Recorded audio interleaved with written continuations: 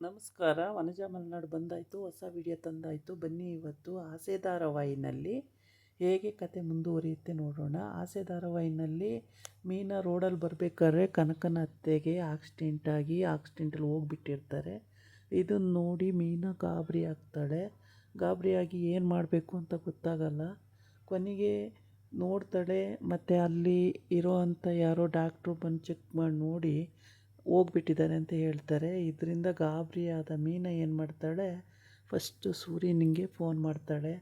ಸೂರ್ಯನಿಗೆ ಫೋನ್ ಮಾಡಿ ಬಿಕ್ಕಿ ಬಿಕ್ಕಳಿಸಿ ಅಳ್ತಾಳೆ. ಅಳ್ತಾಗ ಸೂರ್ಯ ಯಾಕಮ್ಮ ಅಳ್ತಾ ಇದೀಯ ಅಂತ ಕೇಳ್ತಾನೆ. ಆವಾಗ ರೀ ಮತ್ತು ಏನು ಹೇಳಲಿ, ನಾನು ಹಿಂಗಾಗಿದೆ ಅಂತೇಳಿ, ಏನಾಯಿತು ಹೇಳಮ್ಮ ಹೇಳಮ್ಮ ಅಂತಾನೆ. ಆವಾಗ ಗಾಬರಿ ಪಡಿಸ್ತಾ ಇದೆಯಾ, ಹೇಳು ಅದೇನಾಗಿದೆ ಅಂತೇಳಿ. ಆವಾಗ ಮೀನಾ ಹೇಳ್ತಾಳೆ, ಕನಕನ ಅತ್ತೆ ಆಕ್ಸಿಡೆಂಟಲ್ ರೋಡಲ್ಲಿ ಹೋಗ್ಬಿಟ್ಟಿದ್ದಾರೆ ರೀ ಅಂತ. ಆವಾಗ ಗಾಬರಿ ಆಗ್ತಾನೆ ಸೂರ್ಯ. ಏನಾಯಿತು, ಯಾಕೆ, ಎಲ್ಲಿಗೆ ಹೋಗಿದ್ರು ಅಂತೆಲ್ಲ ಕೇಳ್ತಾನೆ. ಆವಾಗ ಮೀನಾ ಹೇಳ್ತಾಳೆ, ಗೊತ್ತಿಲ್ಲ, ರೋಡಲ್ಲಿ ಈ ರೀತಿ ಆಕ್ಸಿಡೆಂಟ್ ಆಗಿದೆ, ನನಗೂ ಗೊತ್ತಿಲ್ಲ, ಹೋಗ್ಬಿಟ್ಟಿದ್ದಾರೆ, ಚೆಕ್ ಮಾಡಿ ನೋಡಿದ್ರು, ಇಲ್ಲಿ ಡಾಕ್ಟ್ರು ಹೋಗಿದ್ದಾರೆ ಅಂತ ಹೇಳಿದ್ರು ಅಂತ ಹೇಳ್ತಾಳೆ. ಆವಾಗ ಏನು ಮಾಡಬೇಕು ಅಂತ ಗೊತ್ತಾಗಲ್ಲ. ಕನಕಗೆ ಹೇಳ್ದೀಯಾ, ಅವ್ರ ಮಗನಿಗೆ ಹೇಳ್ದೀಯಾ ಅಂತ ಕೇಳ್ತಾನೆ. ಇಲ್ಲ ರೀ, ಹೇಳಬೇಕು, ಹೆಂಗೆ ಹೇಳೋದು ಅಂತ ಗೊತ್ತಿಲ್ಲ ಅಂತ ಹೇಳ್ತಾಳೆ. ಆಮೇಲೆ ಕನಕಗೆ ಫೋನ್ ಮಾಡ್ತಾಳೆ. ಕನಕಗೆ ಫೋನ್ ಮಾಡಿದಾಗ ಕನಕ ಫೋನ್ ಎತ್ತುತ್ತಾಳೆ. ಅಕ್ಕ, ಏನಕ್ಕ ಚೆನ್ನಾಗಿದೆಯಾ, ತಿಂಡಿ ಆಯಿತಾ, ಏನು ಮಾಡ್ತಾಯಿದ್ದೀಯಾ ಅಂತೆಲ್ಲ ಕೇಳ್ತಾಳೆ. ಆವಾಗ ಇವಳು ಅಳೋಕ್ಕೆ ಸ್ಟಾರ್ಟ್ ಆಗ್ಬಿಡ್ತಾಳೆ. ಕನಕ, ಧೈರ್ಯ ತಂದ್ಕೋ ಕನಕ ಅಂತೇಳಿ. ಯಾಕಕ್ಕ, ಏನಾಯಿತು ಅಂತ ಕೇಳ್ತಾಳೆ. ಇರಲಿ ಧೈರ್ಯ ತನ್ಕೋ, ನಿಮ್ಮ ಯಜಮಾನ್ರು ಎಲ್ಲಿ ಹೋಗಿದ್ದಾರೆ ಅಂತ ಕೇಳ್ತಾಳೆ. ಯಜಮಾನ್ರು ಡ್ಯೂಟಿಗೆ ಹೋಗಿದ್ದಾರೆ ಅಕ್ಕ, ಇಲ್ಲಿ ಮನೇಲಿ ಇರ್ತಾರೆ ಇಷ್ಟೊತ್ತಲ್ಲಿ ಅಂತೇಳಿ. ಆಮೇಲೆ ಕನಕ, ನಿಮ್ಮ ಅತ್ತೆಯವರು ಈ ಥರ ಆಕ್ಸಿಡೆಂಟಲ್ಲಿ ಹೋಗ್ಬಿಟ್ಟಿದ್ದಾರೆ ಕಣೆ ಅಂತ ಅಂದಾಗ ಗಾಬರಿ ಆಗಿಬಿಡ್ತಾಳೆ ಕನಕ. ಏನಾಯ್ತಕ್ಕ, ಯಾಕಕ್ಕ ಅಂತೇಳಿ ಗಾಬರಿ ಆಗ್ತಾಳೆ. ಆಮೇಲೆ ಎಲ್ಲ ಡೀಟೇಲ್ಸ್ ಹೇಳಿದ ಮೇಲೆ ಪಾಪ ಅವಳಿಗೂ ಬೇಜಾರಾಗುತ್ತೆ. ಆವಾಗ ಬಿಡಕ್ಕ, ನೋಡೋಣ, ನಾನು ಹೇಳ್ತೀನಿ ಅರುಣಿಗೆ ಅಂತ ಹೇಳ್ತಾಳೆ. ಆವಾಗ ಕನಕ ಫೋನ್ ಮಾಡಿ ಹೇಳಿ ಅರುಣಿಗೆ ಅಲ್ಲಿ ಹೋಗ್ತಾರೆ ಸ್ಪಾಟಿಗೆ ಹೋಗಿ ನೋಡಿ ಕನಕ ಮತ್ತು ಅರುಣ ಎಲ್ಲ ಬರ್ತಾರೆ. ಆಮೇಲೆ ಎಲ್ಲ ಕಾರ್ಯಗಳನ್ನೆಲ್ಲ ಮುಗಿಸ್ತಾರೆ. ಕಾರ್ಯ ಮುಗಿಸೋಕ್ಕಿಂತ ಮೊದಲು ಅಲ್ಲಿ ಫೋಟೋ ಇಟ್ಕೊಂಡು ಮತ್ತು ಅಲ್ಲಿ ಬಂದವರಿಗೆಲ್ಲ ನೋಡೋದಕ್ಕೆ ಅನುಕೂಲ ಮಾಡಿಕೊಟ್ಟಿರ್ತಾರೆ. ಆವಾಗ ಅಲ್ಲಿಗೆ ಮತ್ತು ಎಲ್ಲರೂ ಬಂದಿರ್ತಾರೆ, ಸಂಬಂಧಿಕರೆಲ್ಲ ಬಂದಿರ್ತಾರೆ. ಆದರೆ ಸೂರ್ಯ ಮೀನಾ ಲಾಸ್ಟಲ್ಲಿ ಬರ್ತಾರೆ. ಸೂರ್ಯ ಮೀನಾ ಬಂದಾಗ ಅರುಣ ಜಗಳಕ್ಕೆ ಹೋಗ್ಬಿಡ್ತಾನೆ. ಯಾಕೆ ಬಂದ್ರಿ ನೀವು, ಯಾಕೆ ಇಲ್ಲಿಗೆ ಬಂದ್ರಿ ಅಂತೇಳಿ. ಅಲ್ಲಿದ್ದವ್ರು ಏನು ಮಾಡಿಬಿಡ್ತಾರೆ, ಸೂರ್ಯನ ಫ್ರೆಂಡು ಆಕ್ಸಿಡೆಂಟ್ ಮಾಡಿದ್ದು ಅಂತ ಹೇಳ್ಬಿಡ್ತಾರೆ. ಆವಾಗ ಸೂರ್ಯನ ಫ್ರೆಂಡು ಅಂದಾಗ ಅರುಣಿಗೆ ಸಿಟ್ಟು ಬಂದ್ಬಿಡುತ್ತೆ.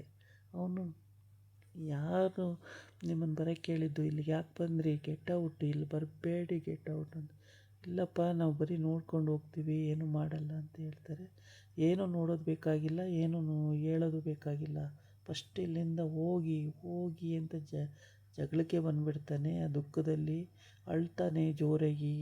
ಅಮ್ಮನ ಕಳ್ಕೊಂಡ್ನಲ್ಲ ಅಂತೇಳಿ, ಅಮ್ಮ ನನಗೆಲ್ಲ ಇದ್ದರು, ಅಮ್ಮನ ಬಿಟ್ಟು ನಾನು ಹೆಂಗೆ ಬದುಕಲಿ, ಹಂಗೆ ಹಿಂಗೆ ಅಂತೆಲ್ಲ ಹೇಳ್ತಾನೆ.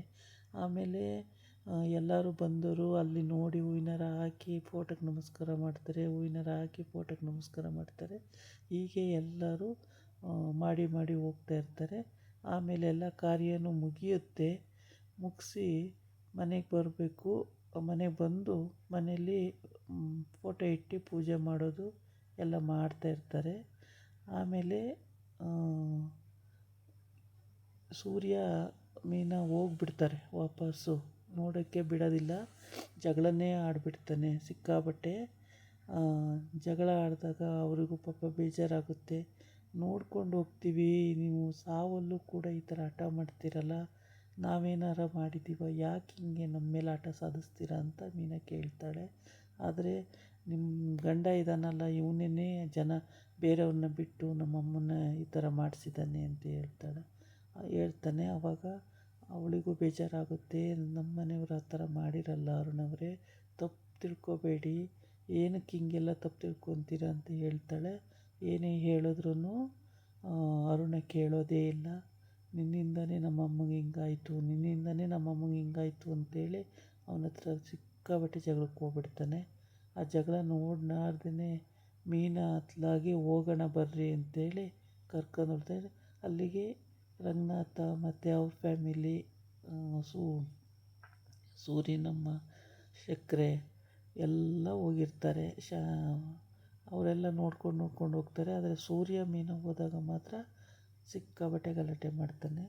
ಗಲಾಟೆ ಮಾಡಿ ಹೋಗಿ ಇಲ್ಲಿಂದ ಅಂತೇಳಿ ಸಿಕ್ಕಾಪಟ್ಟೆ ಗಲಾಟೆ ಮಾಡಿ ಅಲ್ಲಿಂದ ಕಳಿಸ್ತಾನೆ. ಹಂಗಾಗಿ ಅವರಿಗೆ ನೋಡೋಕ್ಕೆ ಅವಕಾಶನೇ ಕೊಡಲ್ಲ. ಅವಕಾಶ ಕೊಡದೇ ಇದ್ದಾಗ ಪಾಪ ಅವ್ರು ಏನು ಮಾಡ್ತಾರೆ, ಅಷ್ಟು ದೂರದಿಂದ ಬಂದಿರ್ತಾರೆ ನೋಡಬೇಕು ಅಂತೇಳಿ. ಆದರೆ ಅವನು ಸೂರ್ಯನ ಫ್ರೆಂಡ್ ಮಾಡಿದ್ದಕ್ಕೆ ಸೂರ್ಯ ಏನು ಮಾಡ್ತಾನೆ, ಸೂರ್ಯಗೆ ಹೋದ್ರೆ ಎಲ್ಲೋದ್ರೂ ಅವಮಾನನೇ ಮಾಡ್ತಾರೆ. ಸೂರ್ಯ ಪಾಪ ಬೇಜಾರು ಮಾಡ್ಕೊಳ್ತಾನೆ. ನಾನು ಎಲ್ಲೋದ್ರೂ ನನಗೆ ಅವಮಾನ ಮಾಡ್ತಾರಲ್ಲ ಯಾಕೆ ಅಂತೇಳ್ಬಿಟ್ಟು. ಆದ್ರೂ ಪಾಪ ತುಂಬ ಫೀಲಿಂಗ್ ಮಾಡ್ಕೊಳ್ತಾನೆ. ಇದಕ್ಕೇ ಹೇಳೋದು, ಒಳ್ಳೇದು ಮಾಡಿದ್ರೇ ಜನ ತಪ್ಪು ತಿಳ್ಕೊತಾರೆ ಅಂತ. ಇಲ್ಲಿಗೆ ಈ ವಿಡಿಯೋ ಎಂಡ್ ಆಯಿತು.